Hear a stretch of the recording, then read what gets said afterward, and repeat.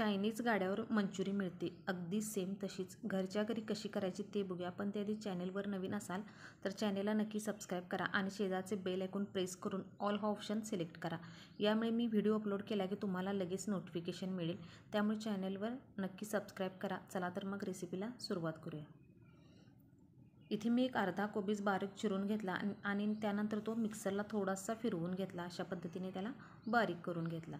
आता यामध्ये आपण एक छोटा मीडियम साईजचा कांदा चिरून घालायचा. त्यानंतर थोडीशी हिरव्या कांद्याची पात घालून घ्यायची. त्यानंतर चवीनुसार मीठ, थोडंसं तिखट, 1 चमचा आलं लसणाची पेस्ट, थोडासा गरम मसाला घालून घ्यायचा. आणि यामध्ये मी 2 चमचा मैदा आणि 2 चमचे कॉर्नफ्लॉवर घालून घेणार आहे.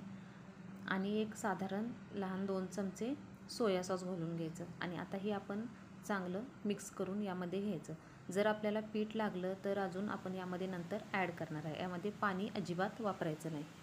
आता हे मिश्रण मला थोडंसं अजून पातळ वाटते. आता यामध्ये मी अजून 1 चमचा मैदा आणि 1 चमचा कॉर्नफ्लॉवर घालून घेणार आहे. आणि अशा पद्धतीने हे चांगलं एक साधारण मिनिटभर चांगलं मिक्स करून घ्यायचं. इथं आपलं पीठ हे मळून झालेलं आहे. आता आपण याचे छोटे छोटे गोळे बनवून घ्यायचे.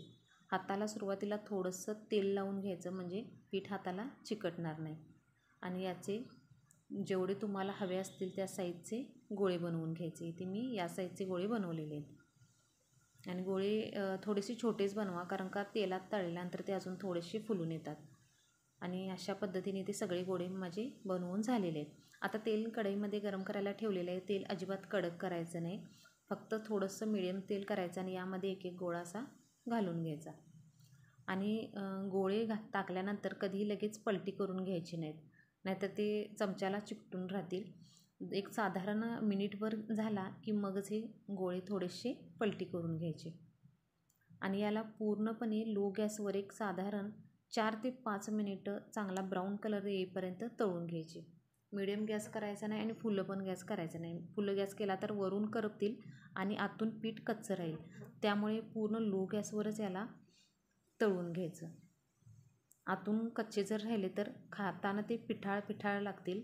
त्यामुळे चांगले याला कुरकुरीत तळून घ्यायचे.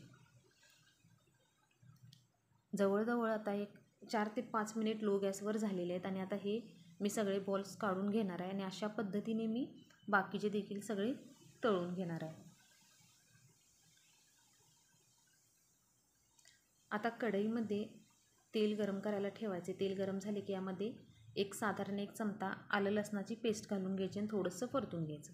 आता यामध्ये कांदा घालायचा थोडासा, आणि तर मी एक मिरची बारीक चिरून घेतलेली आहे ती देखील यामध्ये घालून थोडंसं यामध्ये परतून घ्यायचं.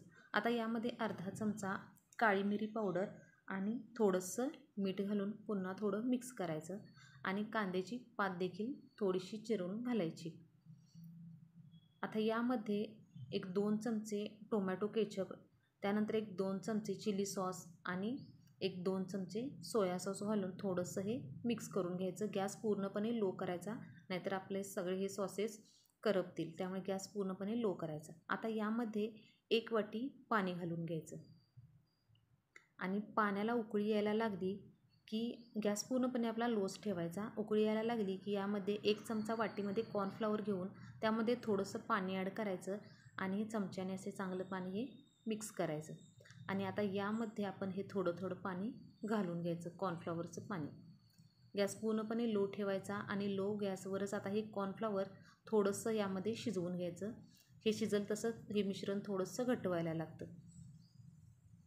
गॅसवर लो गॅसवरच हे चांगलं शिजवून घ्यायचं, नाहीतर कॉर्नफ्लॉवरचा पिठाळ चव खाताना लागू शकते. त्यामुळे पूर्ण लो गॅसवरच एक 2 मिनिट असं याला शिजवून घ्यायचं.